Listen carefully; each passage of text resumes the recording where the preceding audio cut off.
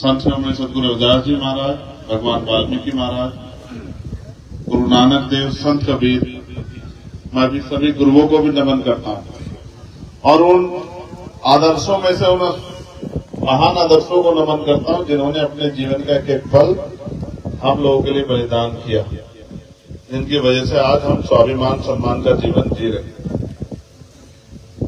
राष्ट्रपिता ज्योतिबा फूले, छत्रपति साहू जी महाराज, डॉक्टर बाबा साहब अम्बेडकर, महामना राम सुख वर्मा, बाबू जगदेव प्रसाद कुशवाहा, जननायक कर्पूरी ठाकुर, सर छोटू राम, चौधरी चरण सिंह, मान्यवर काशीराम साहब और मान्यवर दीना भाला वाल्मीकि साहब।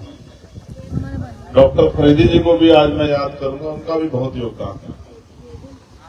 और मुझे जो आपसे बात करनी, मुझसे पहले वक्ताओं ने काफी बात रख दी, इलेक्शन पे भी, चुनाव निशान पे भी, सभी चीजों पर बात रखी।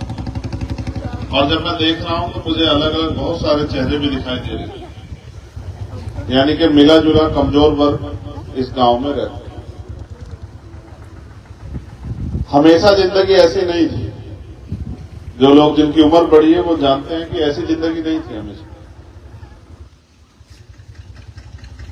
आजादी से पहले की जिंदगी इतनी आसान नहीं थी। समय बदला, संघर्ष हुए, संघर्षों से परिणाम आए। जब आदमी किसी काम के लिए मेहनत करता है तो उससे कुछ चीज उत्पन्न भी होती, तैयार भी होती। आप लोगों ने मिट्टी के घरों से पक्के मकान तक आज बन गए हैं। पहले जाने आने के साधन क्या थे? आज तो 4 पहियों की बहुत सारी गाड़ियां खड़ी है, 2 पहियों की भी है। पहले बैल बुकी होती थी या घोड़ा गाड़ी होती थी, बड़े लोगों के लिए रेलगाड़ी होती थी, और बहुत जो अमीर लोग होते थे उनमें भी 4 पहियों की गाड़ी होती थी, लेकिन वो हमारे गरीबों की पहुंच से बाहर थी। आज जो साधन संसाधन मिडिल क्लास के लोग भी यूज कर पा रहे, वो साधन संसाधन भी नहीं थी। ये सारी चीजें आसान कैसे बनी, इसके लिए एक लंबी प्रक्रिया है। देश अंग्रेजों की गुलामी से आजाद हुआ, जिनको जाति के आधार पर अपमानित किया गया, धर्म के आधार पर जिनको अपमानित किया गया, जिनके अधिकार छीने गए, बाबा साहब अम्बेडकर के संविधान ने उनको बराबरी का दर्जा दिया। और जुल्म, जाति और दादागिरी जो की जा रही थी उसके खिलाफ समता, समानता, बंधुत्व, भाईचारे का नारा देकर डॉक्टर बाबा साहब अम्बेडकर आगे बढ़े।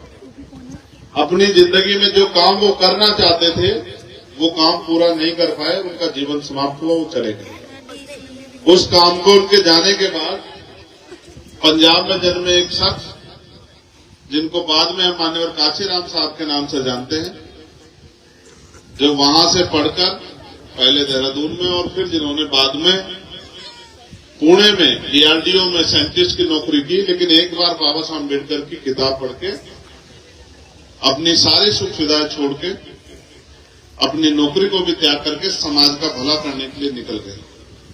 और जब तक वो जीवित रहे अपनी जिंदगी में जो कुछ भी कर सकते थे वो आपके लिए किया, आपके लिए किया, मेरे लिए किया, हर कमजोर के लिए किया, गरीब के लिए किया। जिन लोगों पे पहनने के लिए अच्छे कपड़े भी नहीं थे उनको भी ताकतवर बना के चले गए। जिनके पास जमीनें नहीं थी, ताकत आने पर उनको जमीनें दी, रोजगार दिया। जो जुल्म, जाति, अन्य अत्याचार करते थे, दादागिरी दिखाते थे, सत्ता में आकर उनको सबक भी सिखाया। लेकिन उनके जाने के बाद चीजें फिर वहीं ठंडी पड़ गई। अब बहुत बड़े पैमाने पर पिछले 10 साल से भीम आर्मी के माध्यम से हम इस काम को आगे बढ़ा रहे हैं कि जुल्म, जाति और दादागिरी ना हो, किसी गरीब के ऊपर जुल्म ना हो, किसी मजलूम के साथ जाति ना की जाए, और किसी भी कमजोर के साथ दादागिरी करके उसको अपमानित न किया जाए, किसी की बहन बेटी का अपमान ना हो, और जो जिसका अधिकार है उसको मिले। लेकिन लोकतंत्र में ये सारी शक्तियां राजनीति में नहीं है। जिनका राज होता है उनके साथ कोई समस्या नहीं होती, जिनका राज नहीं होता उनकी अपनी चीज पे भी दूसरे लोग कब्जा कर लेते हैं। आज इस देश में यही हो रहा है। मेहनत मजदूरी तो हमारे लोग भी करते हैं, खेतों में भी करते हैं, अपने खेत तो बहुत कम है लेकिन दूसरों खेतों में भी करते हैं, लेकिन शाम को इतना जुटा पाते जिनसे उनके बच्चों का पेट भर जाए और धन्ना सेठ नहीं बन गया। और कुछ लोग ऐसे हैं जो बहुत कम काम करते हैं लेकिन सरकार उनकी मदद करती है, जैसे कोरोना काल में अडानी साहब तेजी से आगे बढ़ते रहे, देश गिरावट में जा रहा था, अडानी जी की संपत्ति लगातार बढ़ रही थी। तो इसका मतलब अगर सरकार आपकी नहीं है, ताकत आपके पास नहीं है, आपके पास नेता नहीं है, आपके पास दल नहीं है, तो आपका बल जो है वो कमजोर हो जाएगा। आप नगीना लोकसभा पे अगर बात करें तो पिछले 3 योजना में यहां से 3 सांसद जीते, अलग अलग पार्टी। नगीना से पहले सांसद बने जसवीर सिंह, जो समाजवादी पार्टी से बने। जसवीर सिंह तो इतने गैर जिम्मेदार निकले कि जिस समुदाय में पैदा हुए उसी समुदाय के हितों को अपनी पार्टी के नेता के कहे पे कुचलने का काम किया। और जैसा हमारे नेता विवेक जी बता रहे थे कि राज्यसभा में जो आरक्षण प्रमोशन में इन रिजर्वेशन का बिल था, उसको उन्होंने कोई हिम्मत नहीं दिखा पाया, ऊंची जाति का कोई व्यक्ति हिम्मत नहीं दिखा पाया, उनके जरिए उस बिल को उड़वा दिया। और जो हमारे अधिकारी कर्मचारी प्रमोशन लेके आगे बढ़ रहे थे, उनके प्रमोशन का रास्ता रोक दो। प्रमोशन रुका, वो आपकी जिंदगी को इफेक्ट करता है। प्रमोशन रुका तो बैकलॉग नहीं आया, बैकलॉग नहीं आया तो नई नियुक्ति नहीं हुई। तो उनकी वजह से बहुत बड़ा नुकसान समाज में। दूसरे भाजपा के एमपी जीते, तब लहर चल रही थी मोदी जी की, उन्होंने बहुत बड़े बड़े नारे दिए, अच्छे दिन आएंगे, अच्छे दिन आएंगे। वो भी जीते बेचारे, बहुत अच्छे आदमी है, सज्जन, लेकिन वो जिस पार्टी में थे उस पार्टी के जरिए कोई किसी का भला नहीं कर सकता, क्योंकि वो पार्टी तो पूंजीपतियों की पार्टी, पैसे वालों की पार्टी, वो गरीबों की पार्टी नहीं है। गरीबों को तो वो राशन देके उनका शासन की जो ताकत है वो छीनना चाहती है, तो उनसे कोई उम्मीद नहीं की जा सकती है बेचारों से। अब तीसरे आपने बनाए गठबंधन के एमपी, अब उन्होंने बेचारों ने कितने मदद की, कितना काम किया, कितनी आपकी लड़ाई लड़ी, कितने आपके बच्चों के लिए स्कूल खोले, कितने अच्छे हॉस्पिटल बनाए, कितने रोजगार के साधन करे, कितनी फैक्ट्रियां लगाई, कितने किसान को फसल के दाम दिलाए, जिनपे जमीनें थी उनको कितनी जमीनें दिलाई, उन्होंने क्या क्या किया, ये आपके सामने, सबका रिपोर्ट कार्ड आपके सामने।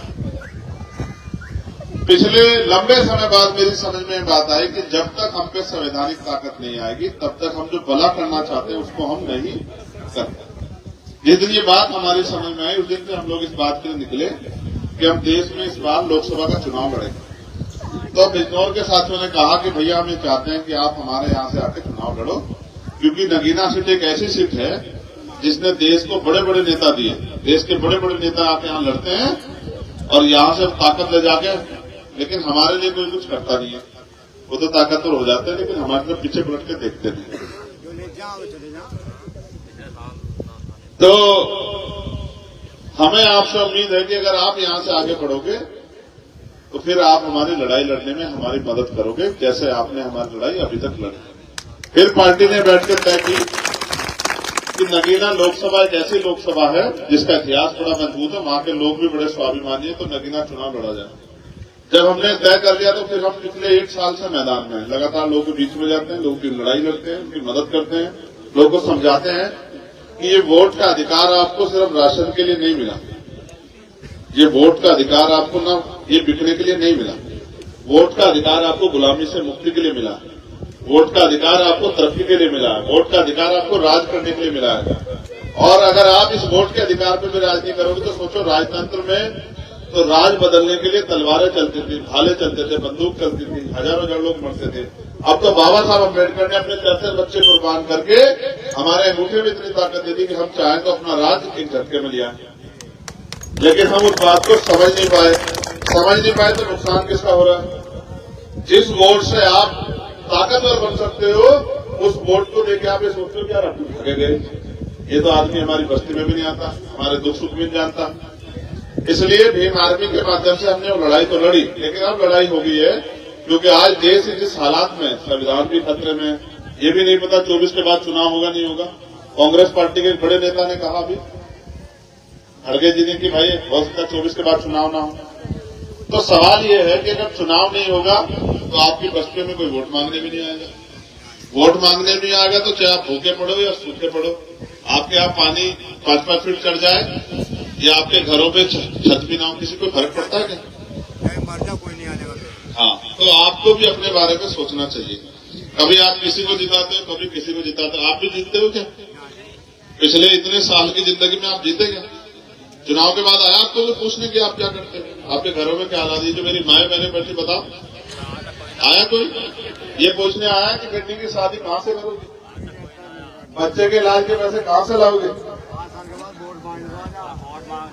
तो अब आपको ये तय करना है कि जिन लोगों ने आपको ठगा है, जिन लोगों ने आपको धोखा दिया, उनका साथ देना है, किसी लड़ने वाले का साथ देना है, ये आपको तय करना है। दारू पी के नहीं पता लगता कि क्या कहना है। जो आदमी दारू पी के, दिन में दारू पी के घूमता है, वो तो अपने परिवार के प्रति जिम्मेदार नहीं है। उसे तो ये भी नहीं पता कि उसकी समाज में बेइज्जती हो रही है। जो अपने परिवार, बताओ जिसके बच्चे भूखे और वो दारू पी के घूम रहा है, वो अच्छा आदमी है क्या भाई? जिसे अपने बच्चों की भी परवाह नहीं कि उसके बच्चे कहां से खाएंगे, वो तो और नालायक। देखो, सच को सच कहना पड़ेगा। मैं झूठ को झूठ कह दूं तो बहुत अच्छी बात है, लेकिन सच को झूठ कहूं तो ये नहीं होगा। मैं तो अपने लोगों से भी कह रहा हूं, हाथ जोड़ के अपने बच्चों के बारे में सोचो। अगर आप में से जो रविदास जी को मानते हैं, हाथ खड़ा करो, बहुत बड़े, हाथ नीचे करो। क्या सतगुरु महाराज ने कहीं कहा शराब पीने को? कहा हो तो फिर भाई अपने बाप की तो मानेंगे ना। जो गुरु नानक देव जी को मानते हैं, आप बताओ उन्होंने कहीं कहा क्या पीने को कोई शराब? बताओ। जो खुदा को मानते हैं उन्होंने कहा क्या भाई कि पीने को शराब? तो फिर आप किसके कहीं से चल रहे हो? इसका मतलब आप किसी और के कैसे चलोगे? किसी और के कैसे चलोगे फिर बाद जूते खाने पड़ेंगे। क्यों भाई? देखो, बहुत कुछ हो सकता है जिंदगी में। अच्छे स्कूल भी बन सकते हैं जिसमें बहुत आसान, कम पैसों में पढ़ाई हो सकती है। गरीब का बेटा भी पढ़ सकता है, गरीब की बेटी भी पढ़ सकती है। जेब जो कट रही है वो जेब कटनी बंद हो सकती है। अच्छे हॉस्पिटल भी बन सकते हैं जिनमें गरीब लोगों का भी आसानी से इलाज हो सकता है। अभी तो आप जाओ ना, 500 रुपए का पर्चा बनाता है शहर में डॉक्टर। कितने लोग हैं जो 500 रुपए का पर्चा 2 दिन बनवा सकते हैं? आप देखो ना अपने घरों की हालत।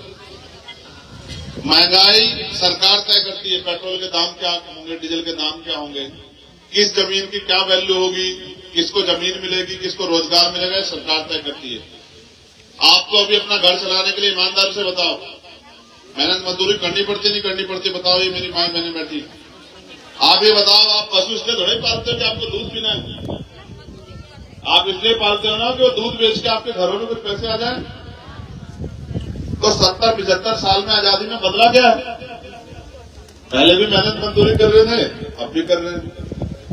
तो ये मेहनत मजदूरी कब तक चलती रहेगी? क्या गरीबी खत्म नहीं हो सकती? आप जितने लोग बैठे, जो जितना बड़ा विद्वान हो, या बताओ, क्या गरीबी खत्म नहीं हो सकती देश से? एक झटके में खत्म हो सकती है। आपका पैसा जो टैक्स देते हो ना, आप उसी से चलती है सरकार। सरकार चाहे उस पैसे में कहीं लगा दे, आपका पैसा ही देश को चलाता है, आपका पैसा ही स्टेट को चलाता है, आपका पैसा ही नेताओं के अधिकारियों को तनख्वाह देता है। आप मालिक हैं देश में, लेकिन आपको कुछ नहीं समझा जाता क्योंकि आप अपने अधिकारों के प्रति जागरूक नहीं। बाबा साहब ने वोट का अधिकार दिलाते बाद कहा था कि आज मैंने रानी का पेट चीर दिया है, आज के बाद राजा बैलेट बॉक्स से तैयार होगा, आपके वोट से बनाया आपने राजा। जब आपके बीच का आदमी ताकतवर नहीं होगा, आपकी लड़ाई कौन लड़ेगा? अमीरों को क्या फर्क पड़ता है गरीब मरे या जिए? आप बताओ। अमीर रहते हैं महल में और गरीब रहते हैं अपने घरों में। तो ये लड़ाई गरीबों के बनाम अमीरों की है। अमीर नहीं चाहते कि गरीबी खत्म हो। अगर गरीबी खत्म हो जाएगी तो फिर अमीर गरीबों पर राज कैसे करेंगे? फिर उनके खेतों में, उनकी कंपनियों में, उनकी फैक्ट्रियों में कोई काम क्यों करेगा? फिर वो आज हालात बहुत खराब। मैं तो याद करता हूं बाबा साहब को, एक तरफ उनके बच्चे मरे हुए पड़े थे, लेकिन वो हमारे लिए लड़ने के लिए गोलमेज कॉन्फ्रेंस गए। तभी तो आज हम उन्हें याद करते हैं। आज के नेताओं क्यों नहीं याद करते हैं? क्योंकि वो नेता तो अपने बारे में सोचते हैं। बाबा साहब ने हमारे बारे में सोचा, काशीराम साहब ने हमारे बारे में सोचा, लेकिन वो सब ताकतवर कैसे हुए? जब आपने उन्हें ताकत दी। आप मुझे 100 किलो घी खिला दो, इससे मैं ताकतवर थोड़ा होगा। लेकिन अगर आप मुझे वोट दोगे तो मैं ताकतवर हूंगा। जब मैं ताकतवर हूंगा तो फिर मैं उस लड़ाई को लड़ सकता हूं जो मैं करना चाहता हूं।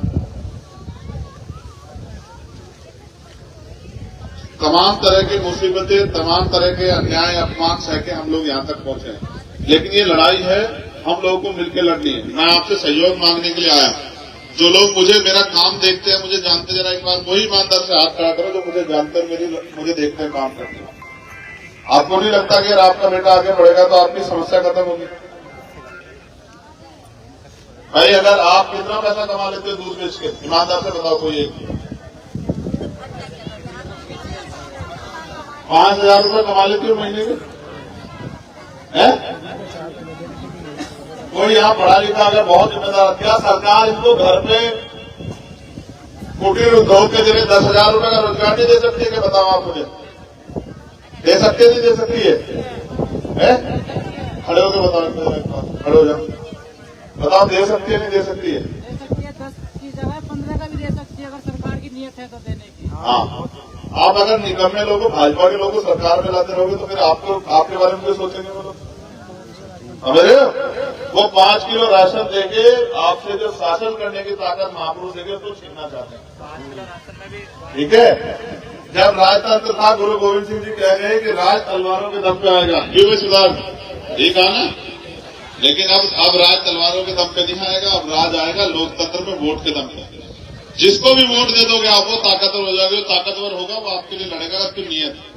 मैं तो पिछले 10 साल से इस लड़ाई को लड़ रहा हूँ और दिन रात लड़ता रहता हूँ। पूरे देश में जाता हूँ, देखता हूँ गरीबों के पास पहनने को भी कपड़े नहीं है, सर पे छत नहीं है, ना अच्छा पीने के लिए। आज भी बहुत बुरी बात है कि पीने के लिए आज भी साफ पानी की व्यवस्था सब लोगों के लिए नहीं। आपके आसपास के गांव में दिखा दूंगा, ना अच्छी सड़कें हैं, ना अच्छी सुविधाएं, कुछ भी नहीं है, मगर आप जी रहे हो, आपको आदत हो गई है। आपको लगता है भाई हमारी जिंदगी, हमें भगवान ने हमारे ऊपर कोई क्या कहते हैं अपनी किस्मत है, ये हमारी किस्मत, हमें गरीबी में जीना है। नहीं, ये सच नहीं, ऐसा बिल्कुल सच नहीं। जब आपके बच्चे कामयाब होंगे, वो रोजगार करेंगे, वो उनके जेब में पैसे आएंगे तो आपकी जिंदगी बदलेगी। लेकिन वो बदलेगी तब जब आप अपना काम जिम्मेदार से करोगे। आप भी अगर 10 पैसों में वोट दोगे तो फिर कैसे बदल जाएगी? बताओ, पक्का? अच्छा, मुझे कितनी बार वोट दिए अब तक ये बताओ भाई। आपने मुझे आज तक, मैंने आपसे वोट मांगी का? ईमानदार से बताओ। लेकिन आपने देखा नहीं देखा मुझे लड़ते हुए? अब तो नेता आपके बीच में वो आते जो कहते हैं आप हमें वोट दे तो हम कुछ कर देंगे। मैं आपको ईमानदार से कह रहा हूं कि आप इस लड़ाई मेरा साथ दो, फिर मुझे बताना कि कैसे जिंदगी कैसे बदली, आसान कैसे हुई। ठीक है? देखो, बहुत तमन्ना करने की, लेकिन करेंगे कैसे जब तक वो करने की ताकत नहीं मिलेगी? आप बताओ, अगर आपके पास जमीन ना हो और आप खेती करना चाहते तो क्या करोगे? कर पाओगे क्या? तो आप जब मुझे वोट देकर ताकतवर बनाओगे तो फिर मैं इस लड़ाई को लड़ पाऊंगा। सड़कों पे तो मैं लड़ ही रहा हूं ना भाई, सड़कों पे लड़ने की तो मैं कीमत भी चुका रहा हूं कि मुझे 4 गोली खानी पड़ती है, मुझे जेल जाना पड़ता है, मुझे लाठियां खानी पड़ती है, वो तो मैं कर रहा हूं। उससे पीछे हटाऊंगा मैं तक? क्या बताओ, क्या मैं भाजपा के नेता मंत्री से डरता हूं क्या? मैं तो उस दिन की इंतजार कर रहा हूं जब उस सदन में प्रधानमंत्री इधर खड़े और मैं इधर खड़ा, और मैं आंख से आंख मिला के उनसे पूछूं कि इस देश का बंटाधार करते हुए आपने क्यों नहीं सोचा एक बार? इस देश के लोगों को बांट के राज करते हुए, इस देश को लूट के अमीरों के हाथ में देते हुए आपने क्यों नहीं सोचा? धर्म के आधार पर जो आप नफरत फैला के और लोगों को डराने का काम कर रहे हो। मैं आपको भी पूछना चाहता हूं, जो मुस्लिम समाज के आपने इतने नेता बनाए, कोई आपकी लड़ाई लड़ने के लिए? आप बताओ जिम्मेदार, आप इनको सांसद विधायक बताओ आता है क्या फिर लड़ाई? मेरे आज भी याद है एनआरसी में का जब आंदोलन हुआ, अकेला चंद्रशेखर आजाद खड़ा था आपके साथ, अकेला आदमी जेल में गया, लाठियां भी खाई। आप भी पहचानो किस आदमी को ताकत देनी है। यहाँ जो दलित समाज के लोग हैं वो हाथ खड़ा करो इस बार। दलित समाज के जो, अब दलित को भी समझाना पड़ेगा तुम्हें, जो चमार हैं, वाल्मीकि हैं, पासी हैं, धोबी हैं, कोरी कटी, जो वो हाथ खड़ा करो एक बार जरा देखो। आप किसके साथ में? बताओ, वोट किसे दोगे? बताओ पहले, किसे दोगे? अब आप बताओ, आप अपनी वोट किसी और को दोगे तो क्या हो जाएगा? पक्का? ऐसा तो नहीं किसी की बातें मान जाओ। पिछली बार भी तो आपने जिताया ना, कुछ न कुछ किया क्या? नहीं किया। तो ये भी साथ है, आप भी साथ हो, तो कौन आगे बढ़ेगा यहाँ से? तो जब आप आगे बढ़ोगे तो फिर आपके जीवन में कुछ बदलेगा नहीं बदलेगा? आप मदद करोगे नहीं करोगे? बताओ पहले ना। ईमानदारी से मैं मानूंगा नहीं। दोनों एक हाथ जो उठाएगा वो आधी ईमानदारी है, तो दोनों हाथ उठाएगा उसकी पूरी ईमानदारी मानेगा। नहीं जो उठा के रखेगा उसी की बात मानी जाएगी। जो 1 मिनट नहीं उठा सकता उसको भी मानूंगा मैं बिल्कुल। मैं तो मान लूंगा वो लड़ाई लड़ ही नहीं पाएगा। अब मैं देख रहा हूँ उठा किसने रखते, पूरे 1 मिनट इंतजार करूंगा मैं, 1 मिनट से कम नहीं मानूंगा। जैसे वो हरी चुन्नी वाली जो हमारी माँ है वो नहीं उठा रही, और बहनों का फर्ज है जो हमारे साथ में उसको समझा के साथ करे। चलो मान गए तुम्हें अच्छा करते। तुम बताओ मेरे नौजवान भाइयों किसका साथ दोगे? अपने भाई का साथ दोगे तो हाथ खड़े करो जो साथ में। जो हमारे पिछड़े वर्ग के भाई उनसे पूछना चाहता हूँ, 52% आरक्षण 52% लोगों को तभी मिलेगा ना जब चंद्रशेखर आजाद आगे बढ़ेगा। अब वालों ने दिया है क्या अभी तक? अभी तक 69,000 शिक्षक भर्ती में आपकी 20,000 पद खा गए। मैं गया लड़ने के लिए 4 दिन वहां भारत में लेकर आ लड़ता रहा, तब जाकर 68 नियुक्तियां दी। फिर मुख्यमंत्री डकार के उनको भी, क्योंकि चोरों की सरकार है।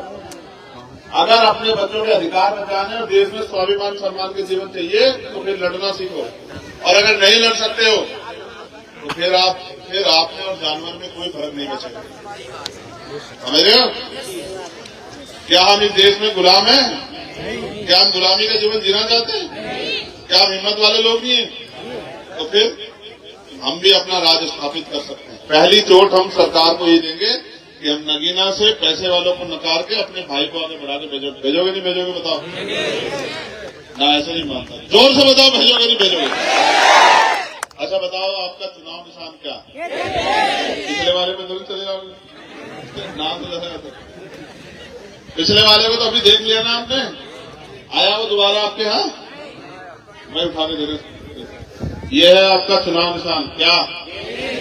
अगर आप इसे वोट दोगे केजरी को तो कौन ताकतवर होगा? हाँ, हम ही होंगे। ठीक है। अब आखिरी बात, ये आपको अलादीन के चिराग जैसा नहीं लगता? देखा है हमारी बहनों टीवी में देखा वो ऐसा ही होता था अलादीन का चिराग। और जब उस चिराग को घिसते थे कौन निकलता था उसमें से? और वो क्या कहता था? क्या कहता है वो कहता है क्या हुक्म है मेरे? लोकतंत्र में बाबा साहब आपको आका ही बना के गए, आपको मालिक ही बना गए। आप चाहो तो मिट्टी के आदमी को ताकतवर बना दो, और आप चाहो तो किसी भी ताकतवर को जमीन पे पटक दो। ठीक है, लोकतंत्र में बाबा साहब आपको आका ही बना गए, आप भूल गए हो बस। ठीक है, आपको लगता है कि अमीर आपकी लड़ाई अच्छी लड़ सकते हैं, गरीब नहीं लड़ सकता। एक आखिरी बात ये रह गई है, अब इसको इधर से भी देखो।